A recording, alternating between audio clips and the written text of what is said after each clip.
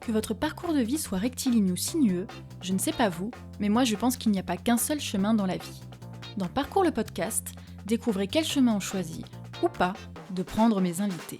Comment ils en sont arrivés là où ils sont, leurs idées, leurs échecs, leurs inspirations et bien plus encore.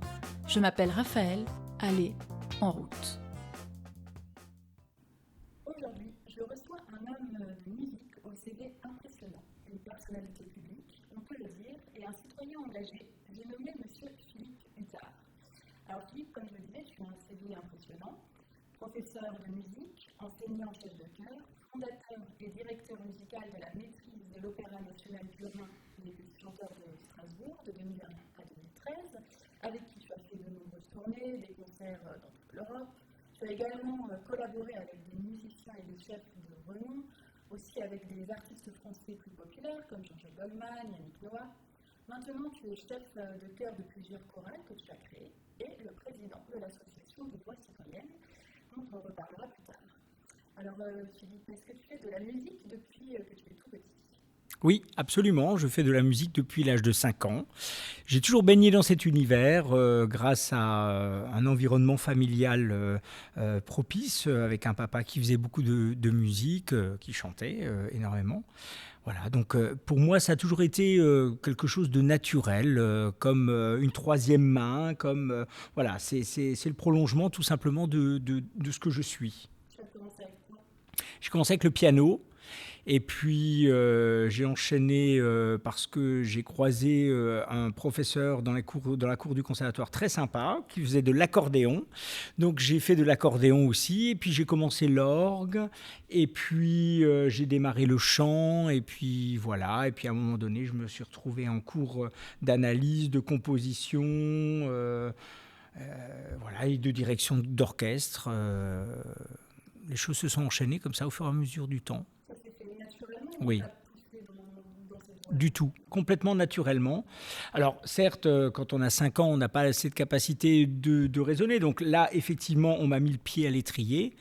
Mais ensuite, vraiment, tout a été un enchaînement sans aucune réflexion particulière. Et d'ailleurs, si je peux même déjà faire une petite rétrospective sur l'ensemble de ma vie, je me rends compte que tout a été finalement l'occasion d'aventures humaines, de croisements, de gens rencontrés. Et voilà, du coup, ça m'a permis de partir là, dans cette direction, plutôt qu'une autre, etc., etc. Et ce n'est pas du tout un regret aujourd'hui, je le dis vraiment. Voilà, la vie, c'est une succession de rencontres et c'est ça qui fait finalement la richesse d'un parcours et son originalité. Voilà, moi qui ne fais pas du tout de musique, c'est un peu un univers qui semble inaccessible, un petit peu fermé pour ceux qui ne s'y connaîtraient pas. Donc ce qui m'intéresserait aussi de savoir, c'est comment on fait un premier pas dans cet univers et aussi comment on transforme le métier, comment on passe d'une passion à un métier dont on va vivre toute sa vie. Alors par exemple, toi, tu as fait quoi comme études ? Alors, en fait, le cursus traditionnel scolaire, l'école primaire, le collège. Après le collège, je suis allé au lycée, une seconde générale, voilà. Et puis, en parallèle, j'avais rencontré un chef de chœur qui m'a dit « Ah, ce serait bien… donc j'avais 14-15 ans. Ce serait bien que tu fasses un peu de direction, etc. » Et puis, j'ai fait ça un petit peu à côté pendant les vacances, l'un de l'autre stage. Et puis, naturellement, pour moi, c'était de rentrer ensuite en première et en terminale à option lourde, musique. Voilà. Et donc, c'est ce que j'ai fait. À ce moment-là, j'ai passé un bac musique. Voilà. Et puis ensuite, tout ça en parallèle, j'étais au conservatoire. Et d'abord à Colmar, puisque c'est ma ville natale, et ensuite Strasbourg. Et voilà. Et puis après, il était naturel pour moi d'aller en musicologie, de poursuivre avec le conservatoire à côté. Voilà. Après, pour venir à ta question, comment à un moment donné, on transforme cette passion en métier. Voilà, c'est vraiment le fruit de rencontres. Là encore, cette rencontre, elle s'est faite par un chef d'orchestre, de passage à Strasbourg, qui dirigeait l'orchestre philharmonique à l'époque. Mais vraiment juste ponctuellement, hein, c'était pas le chef du philharmonique, mais voilà, il s'appelait Semyon Bychkov. C'était un chef russe qui prenait quelques mois après la direction de l'orchestre de Paris. Et voilà, beaucoup de culot à l'époque, puisque je suis allé le voir à l'issue d'une conférence. On a sympathisé. Il m'a invité le lendemain à aller écouter l'orchestre en répétition dans la 11e symphonie de Shostakovich. Et il se trouve que j'avais cette partition chez moi à Strasbourg, alors que ce n'est pas la partition la plus courante. Donc du coup, eh bien, j'étais à la répétition avec la partition, ce qui fait qu'à la fin de la répétition, il est venu me voir, on a échangé, etc. Enfin, bref, voilà, beaucoup. Oui, c'est vrai que maintenant, avec du recul, je me rends compte que j'y suis allé avec du culot, en effet, et j'y suis allé en forçant un peu les choses. Voilà, il se trouve que ça s'est fait naturellement. Et puis, de fil en aiguille, après, j'ai commencé la direction d'orchestre, puis la direction de chœur.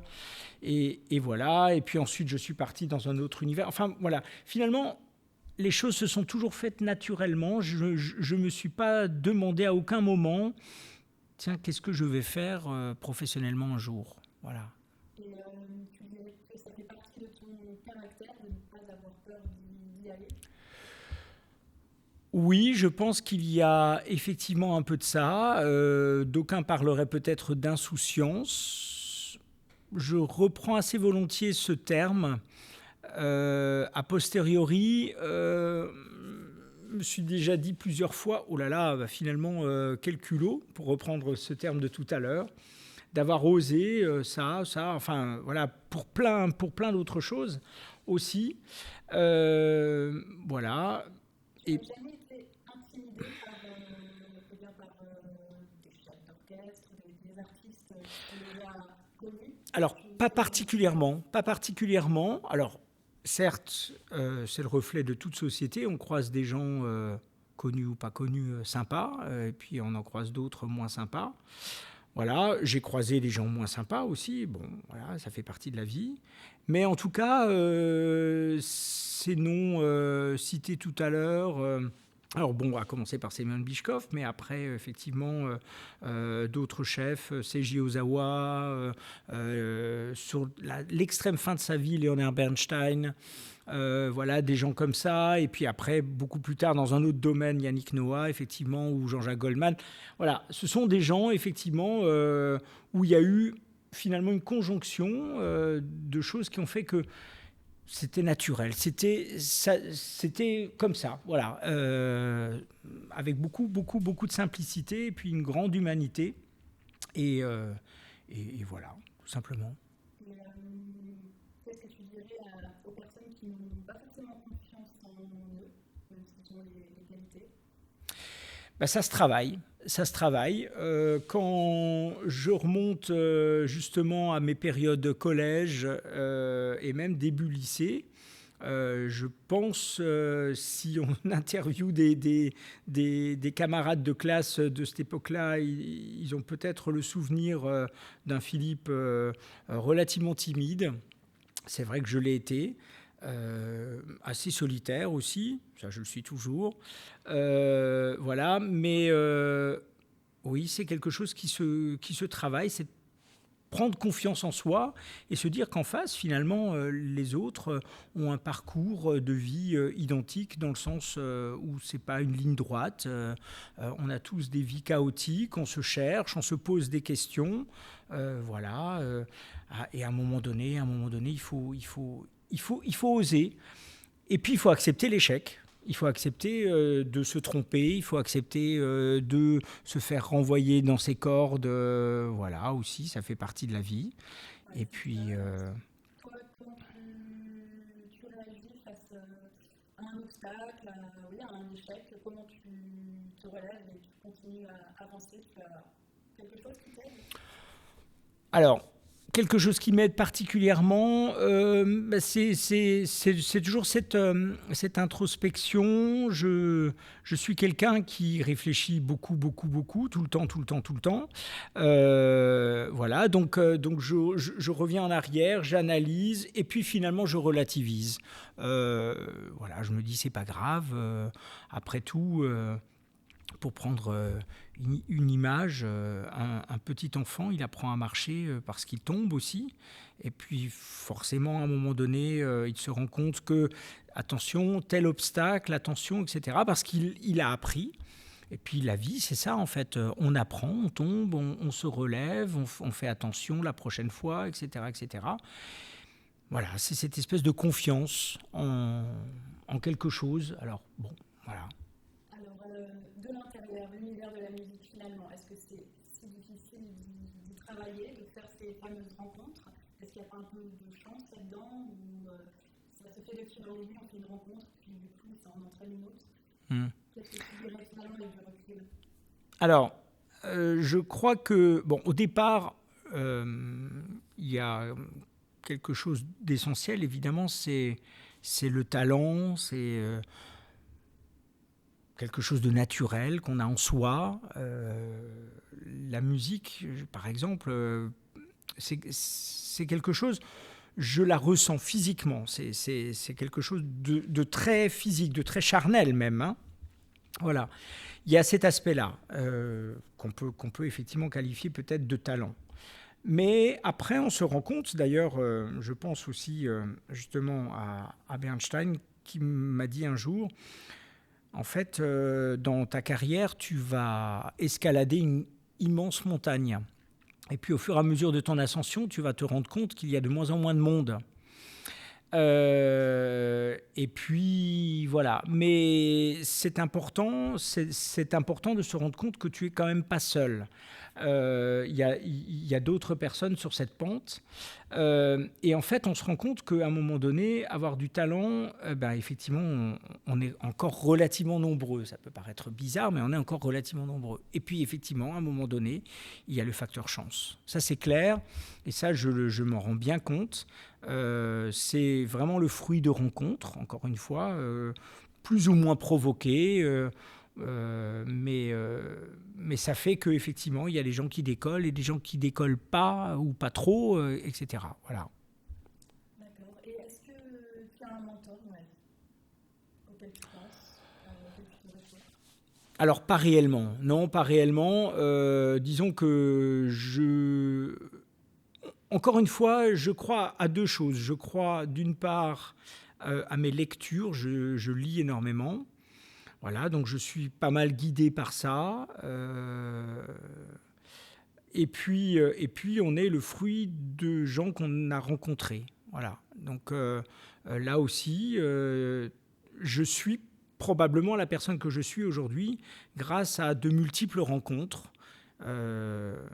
Après, on essaye au fur et à mesure du temps d'essayer de moins perdre de temps avec des gens qui ne nous apportent pas grand-chose. Et puis, voilà, il y a peut-être à un moment donné aussi une urgence de la vie. Ça peut paraître peut-être bizarre ce que je dis, mais voilà. Aujourd'hui, je sais que je suis plutôt dans cette optique-là, cette urgence de la vie. Voilà, donc pour répondre, on est à la fois le fruit de tout ce qu'on peut apprendre, de tout ce qu'on peut lire, et puis on est à la fois le fruit de nos rencontres. Alors, à titre d'exemple, pour conclure entre guillemets, par exemple, Marc Bernstein, comment tu l'as rencontré? Est-ce que tu te souviens? Alors oui, je me souviens bien. Là aussi, un truc incroyable. Donc Bichkov, dont je parlais tout à l'heure, à l'Orchestre de Paris, un jour me fait signe, donc quand il était déjà à Paris, et puis me dit, il y a un chef qui est de passage. Je lui ai parlé de vous et il souhaiterait vous rencontrer. Voilà. Il loge dans un hôtel à Paris. Voilà. Et puis, rendez-vous est pris. Bon, il n'y avait pas de portable à l'époque. Hein. Il n'y avait pas toutes ces choses-là. Donc, c'était un peu plus compliqué. On ne se joignait pas comme ça très facilement. Donc, c'était plusieurs jours avant. Bref, et je vais à Paris. Je vais à l'hôtel Georges V et on me fait rentrer dans une suite, voilà, dans une pièce, et on me dit d'attendre là. Et là, j'ai quelqu'un qui me dit en français, Maestro Bernstein va venir dans quelques instants. Parce que je ne savais pas à ce moment-là qui j'allais rencontrer comme chef. Je savais que j'allais rencontrer un chef. Voilà. Et là, honnêtement, au moment où ça se passe, je crois que si on m'avait pincé, je ne sentais plus rien. Alors, j'avais 19 ans à l'époque. Voilà, 18 ans. Non, 19 ans, oui, c'est ça. C'était en 87. Et donc, on se retrouve là et on attend. Les minutes paraissent très longues, la porte s'ouvre et arrive un monsieur pieds nus qui marche et qui s'approche de moi, petit. C'est ce qui m'avait frappé. Voilà, petit, il avance et puis il me parle avec un beau français. Voilà, et puis il me demande très vite ce que je suis en train de travailler en direction, et puis je lui parle de la symphonie numéro 104 de Haydn, et puis il me dit « Oh, très bien, je vais faire les instruments et tu vas diriger ».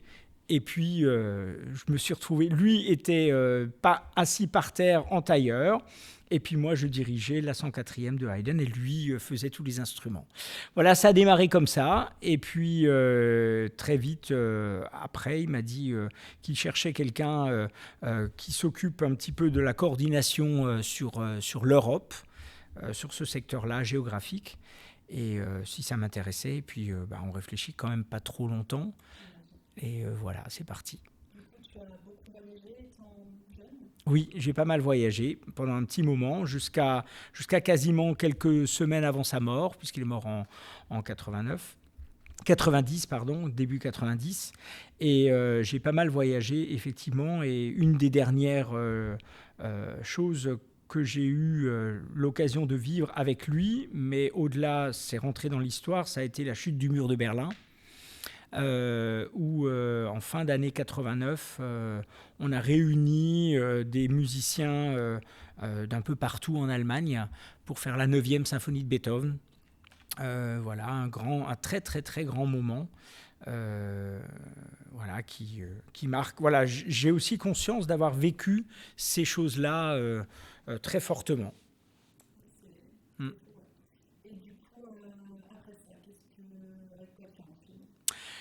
Alors après ça, effectivement, après la mort de Bernstein, j'ai commencé la direction d'orchestre. Enfin, j'avais des contrats, donc voilà, les choses se sont enchaînées assez facilement. Et puis à un moment donné, je me suis rendu compte que être dans les avions, etc., c'est pas quelque chose qui me correspondait. Je parlais tout à l'heure de solitaire, mais en même temps d'être très rattaché à un lieu aussi. Voilà, je me voyais mal passer ma vie, mes années à voyager en étant nulle part et puis partout à la fois. Et donc, voilà, et je suis revenu, alors ça peut paraître complètement incroyable, et on pourrait se dire, mais il est fou. Mais voilà, ça ne me correspondait pas, donc je suis revenu en France. J'étais à Paris un petit peu, et puis j'ai commencé la direction de chœur. Là aussi, ça s'est fait un petit peu par hasard. Donc j'avais fait un peu de direction de chœur à l'âge de 14-15 ans, et puis après j'ai laissé tomber, je suis passé à la direction d'orchestre, et puis là je me suis remis à la direction de chœur, parce que ça a toujours été à ce moment-là un petit peu quelque chose qui me manquait, parce que dans ma phase justement direction d'orchestre, il y avait beaucoup de pièces que je dirigeais avec chœur, et c'était compliqué de leur expliquer certaines choses. Alors, voilà, que je ne sentais pas nécessairement. Donc là, je me suis vraiment investi à la fois dans le chant, à la fois dans la direction de chœur. Et puis en parallèle, j'ai croisé la route de Yannick Noah.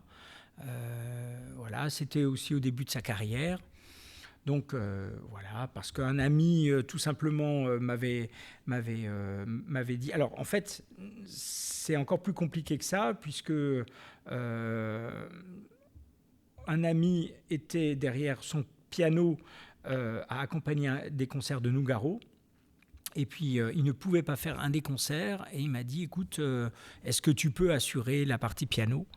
Et donc, je lui ai dit, OK, très bien, on y va. Et ça a été assez compliqué. Là encore, c'est de l'insouciance. Je parlais d'insouciance tout à l'heure. Une certaine insouciance parce que je me suis rendu compte très vite que ce n'était pas un univers que je maîtrisais, que je connaissais. Parce que, encore une fois, je viens du milieu classique.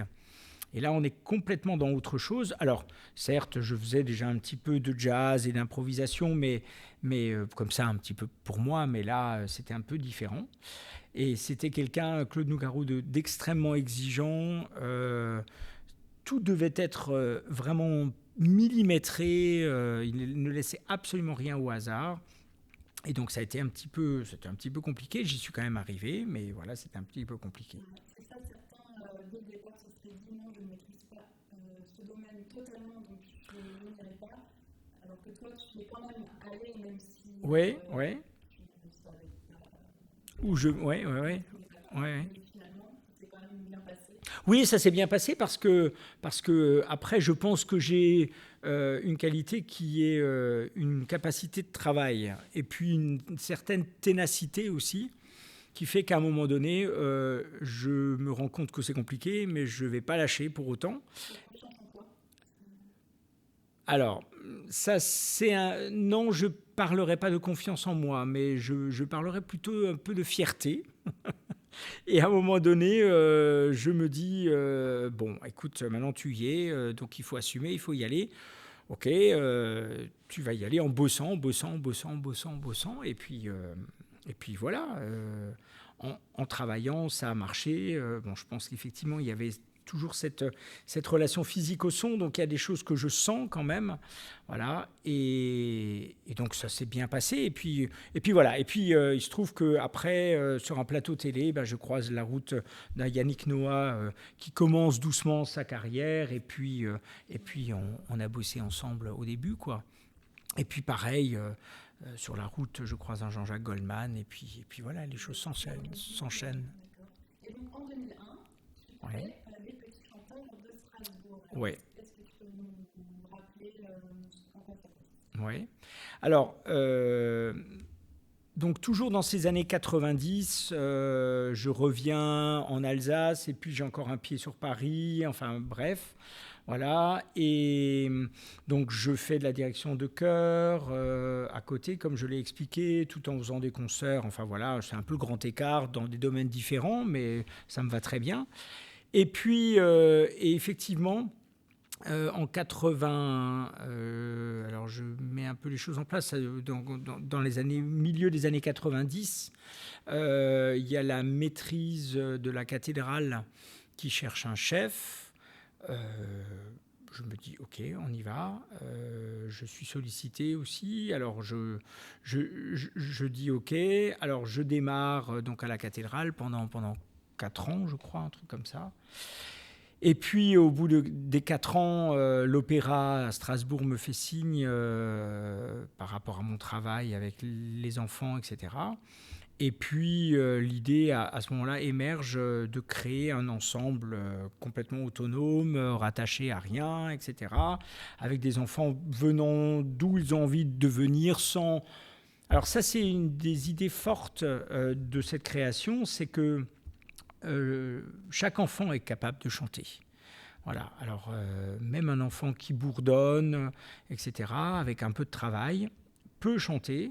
Et ça a été tout l'enjeu, finalement. Voilà. Il n'y avait pas de sélection sur la base de technique, de solfège, etc. J'ai envie de chanter, je suis motivé, c'était la seule contrainte, la motivation. Voilà, et ben je peux intégrer. Et donc, c'est un peu comme ça que sont nés les Petits Chanteurs de Strasbourg.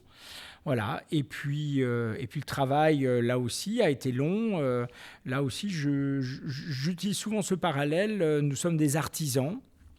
tout musicien, on façonne notre objet amoureusement, patiemment, on le remet sur l'ouvrage et c'est ce qui s'est passé. On a travaillé avec les enfants progressivement, avec les parents parce qu'on ne peut rien si effectivement on ne forme pas une équipe. Et puis l'Opéra national du Rhin nous a fait confiance, on a travaillé avec eux. Et puis assez naturellement, en 2008 ou 2009, quand il y a eu un changement de direction générale, quand Marc Klemmer est arrivé à la tête de l'Opéra national du Rhin, eh bien, il a dit, bon, on pourrait passer une étape maintenant et vous pourriez devenir officiellement la maîtrise de l'Opéra national du Rhin. Et donc travailler dans nos locaux, avec tout l'environnement qui va avec, etc. etc. Non. Non, on avait une salle de répétition à part, voilà. Donc une salle qu'on louait, voilà. Si, on avait déjà des contrats sur des productions, voilà. Si, tout à fait. C'est bien pour ça que je parle de choses qui se sont mises en place finalement assez naturellement. Et donc, encore une fois, Marc Klemmer arrivant, a dit, bon, déjà dans les faits, vous êtes déjà dans la maison, vous êtes déjà le cœur d'enfant quand on a besoin de vous. Donc, on pourrait peut-être, du coup, aller un peu plus loin. Vous pourriez répéter dans nos locaux, donc bénéficier évidemment de conditions de travail encore différentes, meilleures. Et puis aussi, tout ce qui concerne la régie, la communication, etc., etc. Et puis continuer à travailler avec nous. Voilà. Donc ça s'est fait un petit peu comme ça. Une belle aventure, oui, tout à fait. Et puis très rapidement après, on a été repéré aussi par la direction générale du Festspielhaus de Baden-Baden, qui est un des hauts lieux en Europe de concerts, etc. Et donc là, on a eu aussi la chance de travailler avec des orchestres magnifiques, des chefs extraordinaires, des metteurs en scène fantastiques. Et voilà, l'aventure des petits chanteurs. Tu offres de belles opportunités, de beaux souvenirs aux enfants, puisque tu as aussi créé une chorale, en fait, la chorale du collège du Coransberg. Donc, qui se tient dans le collège de Truchsdorfsheim, donc un village près de Strasbourg. Et certains de ces petits choristes ont pu chanter sur la scène du Zénith de Strasbourg lors du concert des Enfoirés quand ils sont placés en Alsace. Et ça aussi, c'est génial pour eux, quoi. C'est une belle aventure. Et c'est permis notamment parce que tu connais Jean-Jacques Goldman. Oui, alors c'est là aussi, donc pour que les auditeurs comprennent bien, à un moment donné, ça aussi c'est quelque chose qui, je retiens de Bernstein, qui a été quand même le précurseur dans ce lien avec les enfants, la jeunesse, la démocratisation de la musique dite classique, où à un moment donné, je suis chef d'orchestre, je m'adresse à des enfants, une salle pleine d'enfants, et je décortique avec mes musiciens une partition, et c'est interactif, et voilà, on découvre une œuvre. Et ça m'a donné envie, à un moment donné, effectivement, de me dire, me retrouver avec des enfants qui, a priori, sont très loin de tout cet univers-là, eh ben, ça peut être un sacré challenge au quotidien de me retrouver face à eux et de devoir justement expliquer ma passion de la musique et leur transmettre quelque chose, voilà, de construit. Et donc j'ai passé le concours à ce moment-là de l'éducation nationale, enseignant en éducation musicale. Et puis, et voilà, et je suis arrivé ici au collège de Truchsdorfsheim, où j'ai évidemment créé tout de suite des chorales. Il y a 3 chœurs. Je crois qu'on n'est pas très nombreux en France en établissement scolaire à pouvoir se targuer d'avoir 3 ensembles vocaux au sein du collège. Ça représente quand même 150-160 choristes au total.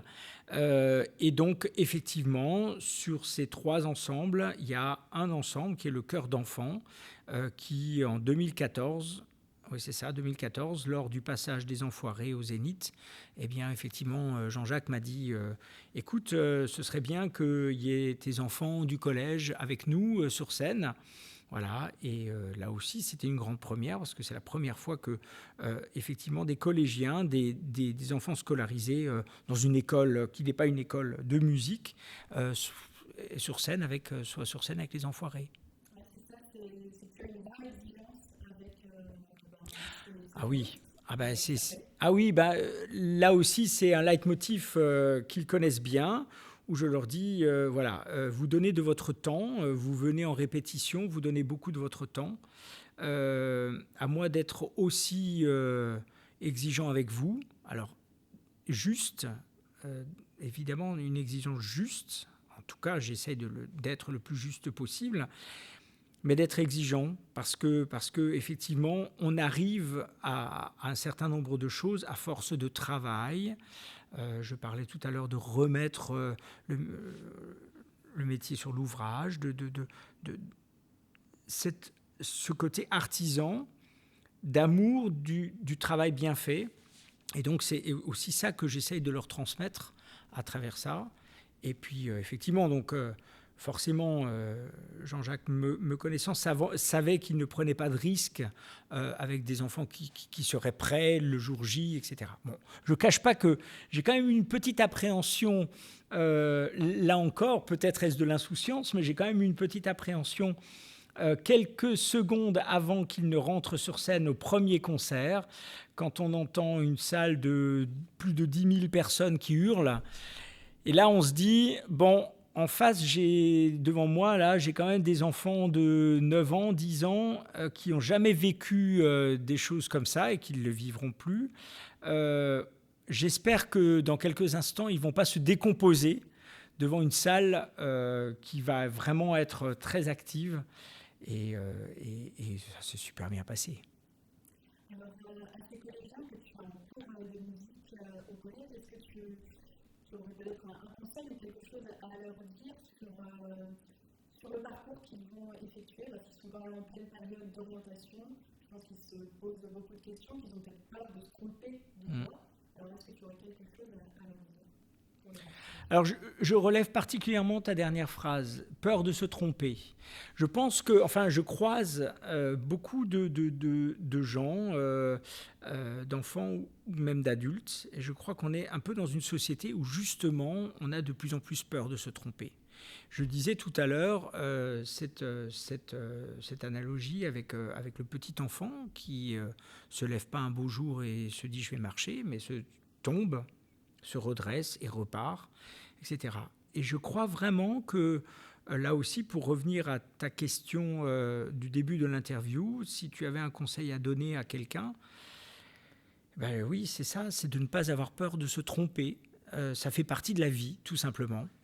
Et donc, c'est vraiment ce que j'essaie de leur faire passer aussi, c'est ce message.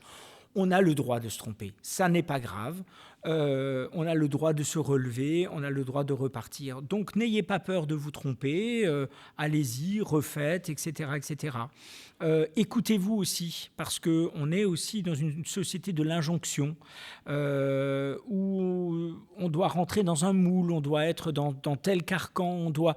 Voilà. Et en fait, là aussi, on se rend compte, quand on a 40 ans, quand on a 50 ans, que finalement, si je m'étais écouté un petit peu plus à un moment donné, peut-être serais-je ailleurs.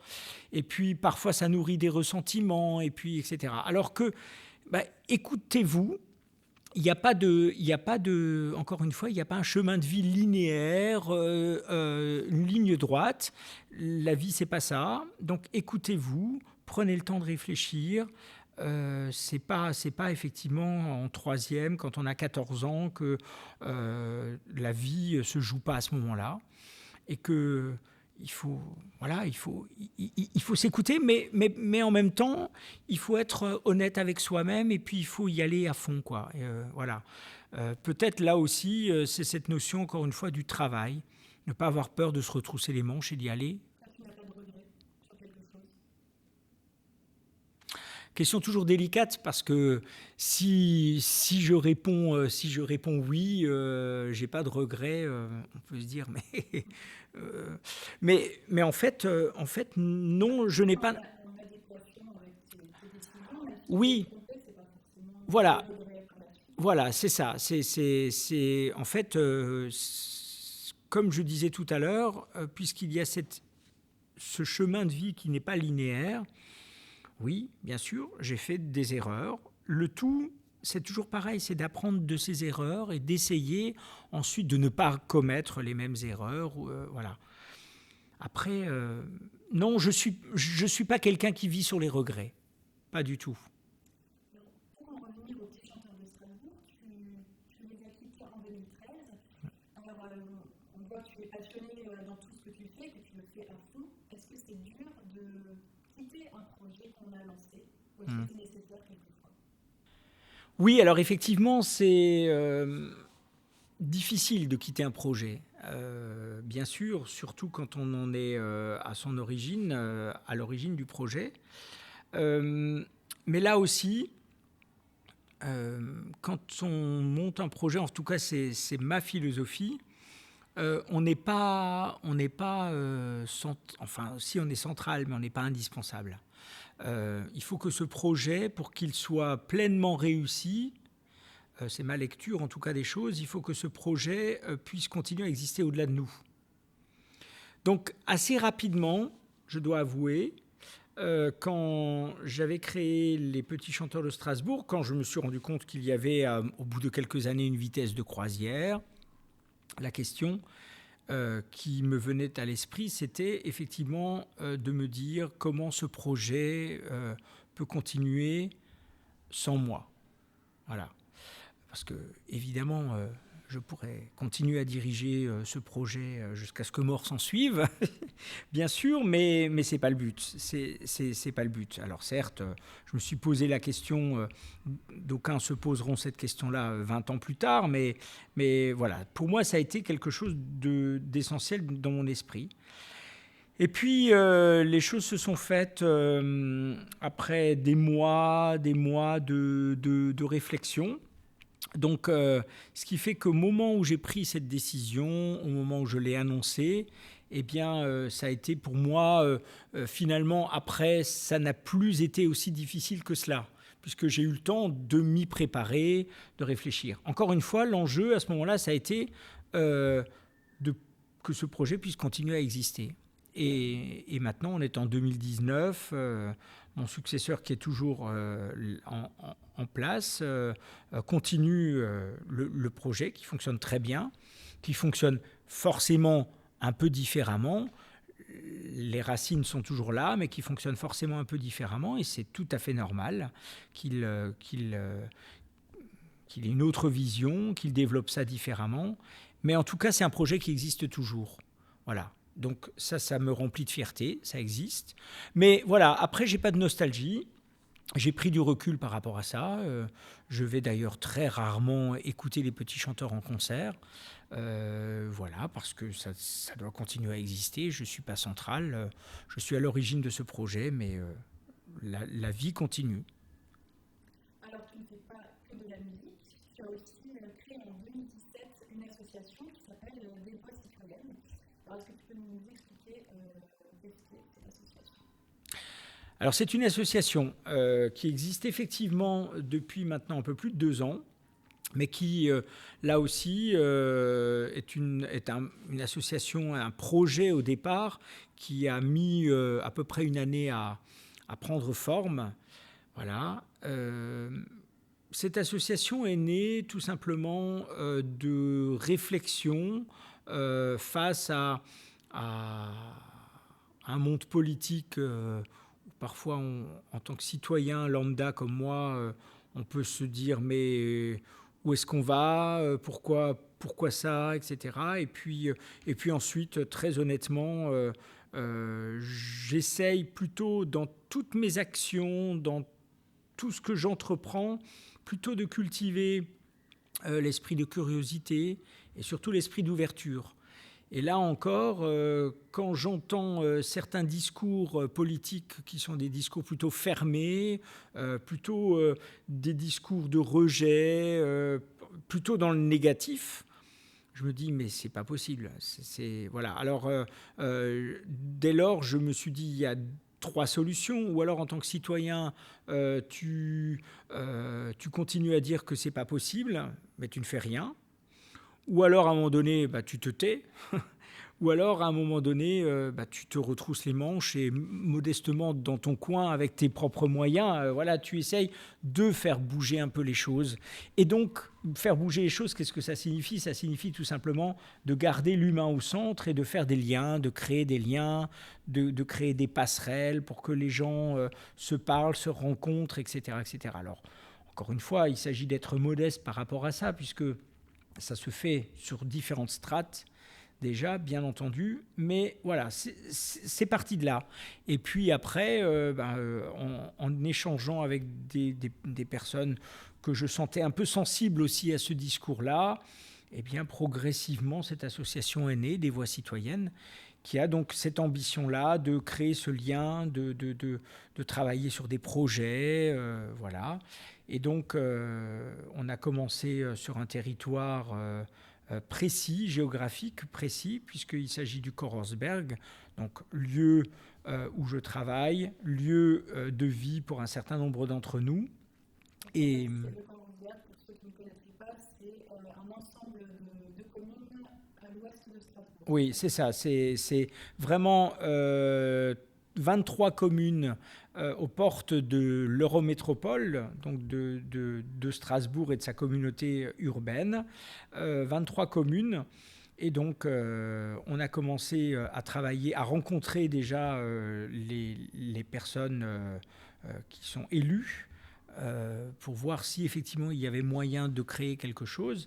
Et donc, très rapidement, on a eu un écho favorable. 2018 a été année de la citoyenneté et de l'engagement donc sur ces 23 communes, ce qui nous a permis d'initier tout un travail, que ce soit un travail déjà au niveau de l'éducation nationale, donc du premier degré, depuis la maternelle jusqu'en CM2, du collège, puisqu'il y a deux collèges dans ce secteur géographique. Donc en gros, les élèves de la maternelle jusqu'en fin de troisième ont travaillé sur qu'est-ce qu'être citoyen pour moi en 2018, qu'est-ce que cela représente. Il y a eu beaucoup de travail en amont, de formation avec les enseignants, etc. Et puis ça a débouché le 25 mai 2018 donc en fin d'année scolaire, sur une grande journée où il y a eu plus de 1000 scolaires réunis, où il y a eu des performances théâtrales, chantées, d'art plastique, d'expositions, enfin bref, des choses extrêmement diverses, voilà, sur cette thématique. Donc ça, c'est un premier axe. Il y a eu ensuite tout un travail mené également avec les associations, puisque les associations des différentes communes sont quand même finalement ce lien social qui reste dans les communes, ce lien entre les habitants. Mais à un moment donné, là aussi, se pose la question de savoir ce que c'est qu'une association. Aujourd'hui, en 2019, quel est le rôle d'une association ? On a tous des exemples en tête où on entend des responsables associatifs se plaignant d'être bien seuls, se plaignant d'avoir des bénévoles qui vieillissent, etc. Donc, il y a là aussi, je crois, dans une société qui bouge beaucoup, tout un paradigme qui est en évolution et qu'il faut donc repenser et repenser ça ensemble. Et donc, l'idée, c'est là aussi de réunir les responsables associatifs, d'échanger, de mutualiser aussi les compétences en termes de communication, par exemple. Tout le monde ne maîtrise pas les réseaux sociaux ou confectionner une affiche ou un communiqué de presse, voilà, mais ça passe aussi par quelle valeur vais-je apporter aux bénévoles qui s'engagent dans mon association, comment vais-je les mettre en avant. Il y a des présidents d'associations qui ont réfléchi à ça déjà, donc ils peuvent aussi partager leurs expériences, leurs réflexions. Voilà, donc il y a beaucoup de choses là. Et justement, toutes ces choses qui sont vraiment nombreuses, est-ce que c'est possible de les faire tout seul ? Est-ce que tu les as réalisées, lancées tout seul ? Non. Oui, il y a une équipe derrière. Seul, on ne peut rien. Et voilà. Bien sûr, il faut au départ la petite étincelle qui permet la flamme, mais ensuite, il faut une équipe. Ah bah oui, c'est absolument fondamental. rien ne peut se monter s'il n'y a pas effectivement cet esprit d'équipe. Et d'ailleurs, c'est ça qui est intéressant aussi, c'est de se confronter et d'échanger. C'est pas mal de coups de gueule sur ta page Facebook, notamment, ah bon? Je ne sais pas, la promotion par les pouvoirs publics et puis les acteurs locaux de la culture pour tous. J'ai vu pas mal de posts où tu donnais ton avis, il y avait des débats. Est-ce que tu sembles t'engager politiquement dans la région? Ah, c'est une bonne question. Question piège. Oui, pas de langue de bois. Bah alors, pas de langue de bois, la réponse c'est non. Non, non. Absolument pas. Je ne dis pas que je n'y ai pas pensé en me rasant le matin, mais la réponse c'est non parce que je crois que je ne suis pas fait pour un engagement politique. Voilà, je préfère m'engager sur des actions, garder. Oui. Oui, mais garder une sorte de modestie. Voilà, contrairement à ce que peut-être un certain nombre de gens peuvent penser, je ne suis pas quelqu'un qui souhaite me mettre en avant. C'est pas dans ma nature. Et un homme politique ou une femme politique se met forcément en avant. C'est pas du tout une critique, c'est juste un constat. Et voilà, c'est pas trop dans ma nature. Je suis plutôt quelqu'un qui aime être en arrière, qui aime initier, mais qui aime être en arrière. Donc ça me va très bien. Et voilà, je ne m'engagerai pas du tout en politique. Alors toi qui as beaucoup voyagé et qui as côtoyé les plus grands musiciens et chefs d'orchestre, c'est important pour toi de créer au niveau local et de rester en région? Alors oui, tout à fait. Encore une fois, j'ai eu de la chance de voyager à un moment donné. J'ai eu de la chance de croiser beaucoup de gens qui, effectivement, m'ont construit, m'ont apporté beaucoup, beaucoup de choses, etc. Le moment est venu maintenant, effectivement, moi aussi de transmettre. Et de transmettre sur ce territoire. Voilà, il y a là aussi, il n'y a pas de forme d'ambition d'essayer d'ouvrir ça géographiquement le plus loin possible, d'avoir cette ambition-là. Voilà, il suffit de se retourner, de se rendre compte qu'il y a des choses à faire déjà autour de soi, modestement, voilà, dans son coin, pour faire avancer les choses. Il n'y a pas d'autres ambitions plus grandes. Voilà. Si on agit au quotidien autour de soi, c'est déjà bien. Exactement. Et alors, comment tu fais pour gérer de front tous tes projets, ta vie professionnelle, mais également la famille, ta vie privée? Comment tu fais pour trouver cet équilibre? Alors, il s'agit vraiment d'un équilibre. Ça, c'est vrai. Je m'en rends compte chaque jour. Voilà. Je sais que j'ai besoin, effectivement, à la fois de ce cocon familial, privé, du cocon aussi que me procurent mes amis proches. Voilà.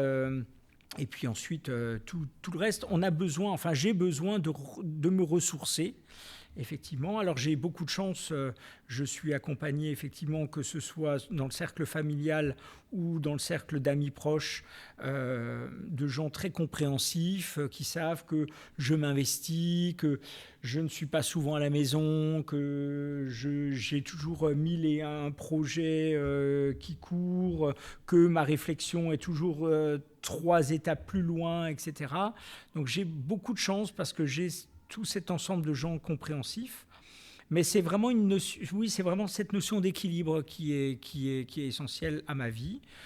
Autant j'ai besoin effectivement d'avoir des projets, mais autant je parlais aussi à un moment donné dans l'interview de solitaire. Je pense vraiment que je suis quelqu'un de solitaire. J'ai besoin de partir régulièrement, me ressourcer seul.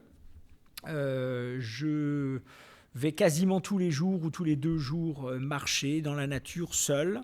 Voilà, j'ai besoin de ces espaces pour me retrouver, pour réfléchir, pour revenir en introspection, etc., etc. Voilà, ça fait partie de ma nature. Alors, en fait, chaque concert que tu donnes avec la chorale du Pont-Anglais, on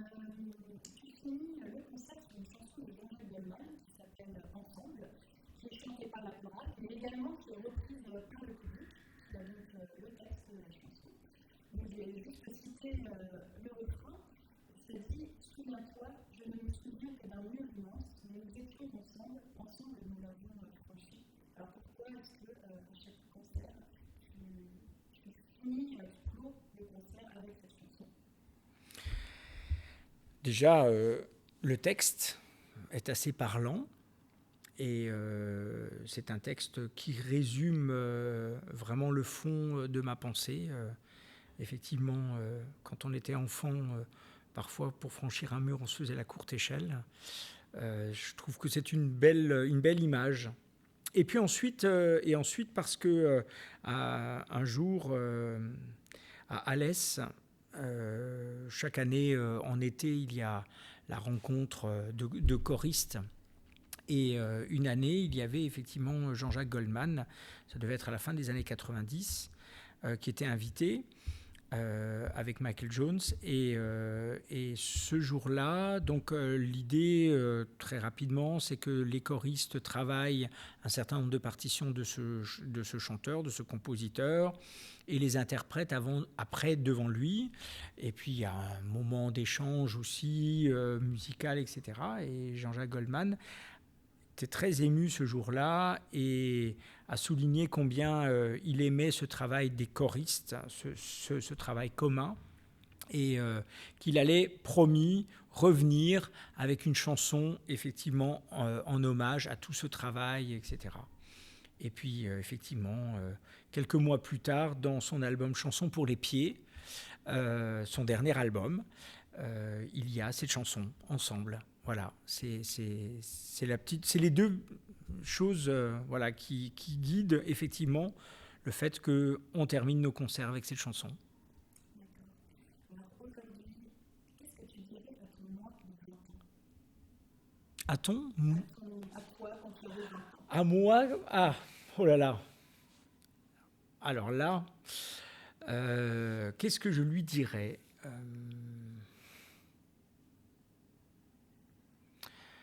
Peut-être de rester comme il est. Oui,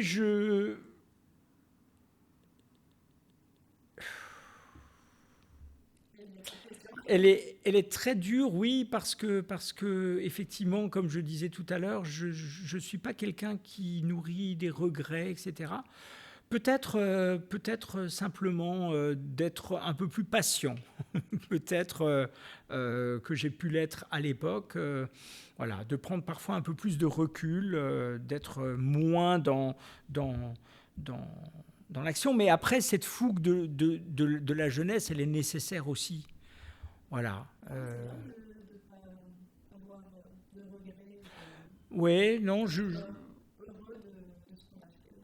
Oui, oui, je suis heureux effectivement de ce que j'ai fait.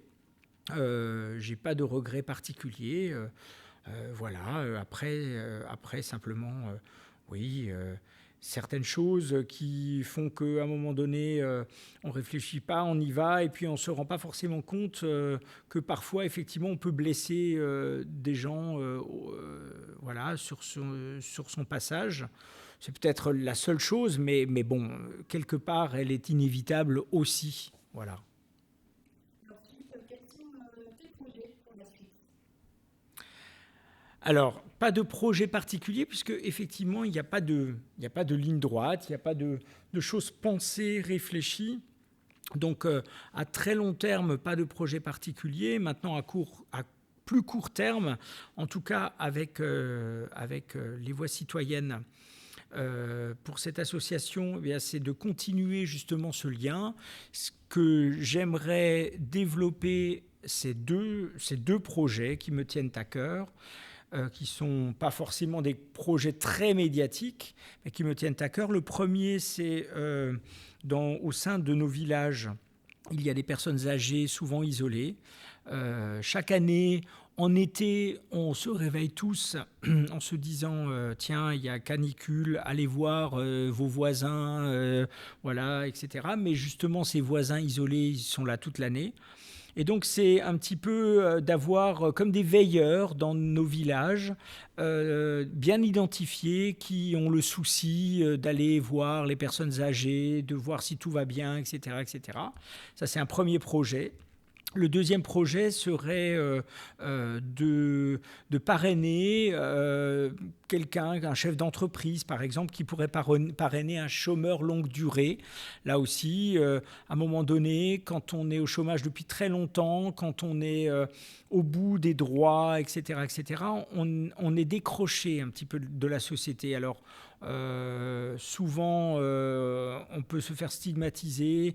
Les autres peuvent vous montrer du doigt en disant « mais je ne comprends pas pourquoi ils ne cherchent pas de boulot, etc. etc. » Mais en fait, à un moment donné, il est très difficile quand vous êtes très en marge de la société de retrouver du travail pour de multiples raisons et qu'à ce moment-là, avoir quelqu'un qui vous accompagne, une rencontre par mois, qui vous apprend tout simplement à rédiger de nouveau une lettre de motivation, un CV qui vous suit, etc. Voilà, ça aussi c'est un autre projet. Inversement, dans le domaine musical, c'est les chœurs du collège remontent un gros projet pour juin 2020, du 5 au 7 juin 2020 précisément, avec un hommage là aussi aux Enfoirés, un petit clin d'œil donc à 2014. Et puis surtout un projet qui là aussi va venir en aide aux plus démunis aussi. Là, on est en train de choisir l'association que nous allons soutenir. L'objectif, il est très simple. En 2015, on a réalisé de gros concerts et on a réussi à remettre un chèque de 20 000 € au Resto du Cœur du Bas-Rhin. Voilà. Et l'objectif, c'est d'être au-delà de 20 000 €. De remettre un chèque donc très conséquent, voilà, le fruit de notre travail, le fruit de cet engagement des 160 choristes des chœurs du collège. Ça, c'est un autre projet, donc dans un peu plus d'1 an. Voilà. À part ça, c'est tous les jours en me levant, c'est d'essayer de me dire, pourvu qu'aujourd'hui tu sois le plus attentif aux autres, que tu sois. Alors pour reprendre une phrase qui a mis beaucoup de temps pour moi à germer et à prendre une certaine consistance, c'est simplement être dans le moment présent. Voilà, simplement être dans le moment présent, d'essayer d'écouter ce qu'on te dit, d'essayer de ne pas être 3 étapes plus loin dans ta tête. C'est déjà beaucoup, très ambitieux, à mon sens. Vraiment, merci beaucoup, Philippe, d'avoir accepté de participer à ce podcast et de nous avoir partagé ton parcours et ton expérience. C'est vraiment super intéressant. Merci. Merci à toi. Merci, avec grand plaisir. Merci. Merci à tous d'avoir écouté ce podcast. Merci à la région Grand Est qui m'a aidé à me lancer dans ce projet. N'hésitez pas à le partager et à en parler autour de vous. À bientôt.